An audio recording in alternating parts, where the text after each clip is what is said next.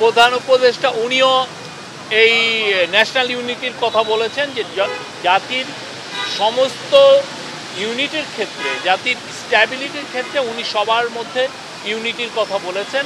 আজকে আপনারা দেখেছেন যে মির্জা ফখরুল ইসলাম আলমগীরের নেতৃত্বে, বিএনপির মহাসচিবের নেতৃত্বে বিএনপির একটা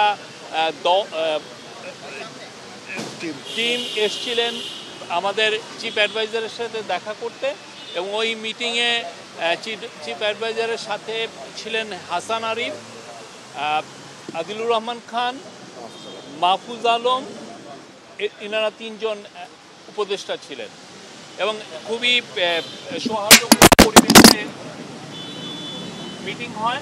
এবং মিটিংয়ের মূল যে মেসেজ সেটা আমি দেখছি যে আপনারা দেখছেন যে বেশ কিছু আমাদেরকে নিয়ে অনেক একটা কনসার্টেড একটা ক্যাম্পেইন হচ্ছে, অপপ্রচার হচ্ছে। তো সেই বিষয়ে আজকে মিটিংয়ের থেকে বিএনপির তরফ থেকেও একটা বার্তা দেওয়া হয় যে কথা বলা হয়, এবং প্রফেসর ইউনূস আমাদের প্রধান উপদেষ্টা উনিও এই ন্যাশনাল ইউনিটির কথা বলেছেন যে জাতির সমস্ত ইউনিটির ক্ষেত্রে, জাতির স্ট্যাবিলিটির ক্ষেত্রে উনি সবার মধ্যে ইউনিটির কথা বলেছেন। সেটা এবং স্টুডেন্ট, ছাত্র, জনতা, হিন্দু, মুসলমান, খ্রিস্টান সবার মধ্যে উনি ন্যাশনাল ইউনিটির বার্তা দিয়েছেন।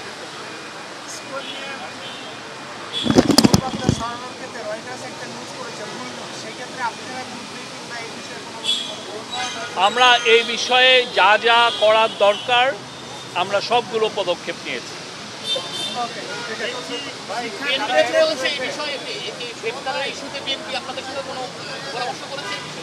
এই চিটাংয়ের বিষয়টা আলাপ হয়েছে, ওই একই জিনিস, সবাই ন্যাশনাল ইউনিটি, এবং চিফ অ্যাডভাইজার বলেছেন সবাইকে শান্ত থাকতে বলেছেন। হ্যাঁ, সবাইকে শান্তির বার্তা দিয়েছেন এবং সবাইকে শান্ত থাকতে বলেছেন।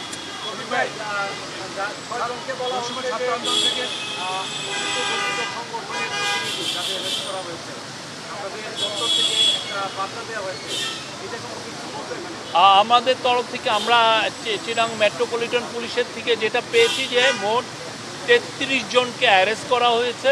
তার মধ্যে 6 জন হচ্ছে যাদেরকে ভিডিও ফুটেজ দিয়ে শনাক্ত করা হয়েছে, এবং তারা সাসপেক্ট হচ্ছেন এই মার্ডারের, তাদেরকে সাসপেক্ট হিসাবে ধরা হচ্ছে।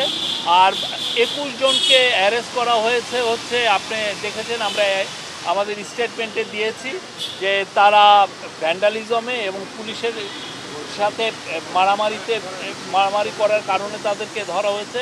আর 6 জনকে ধরা হয়েছে, তারা আওয়ামী লীগ এবং নিষিদ্ধ ঘোষিত ছাত্রলীগের মেম্বার, তারা ককটেল সহ ধরা পড়েছে।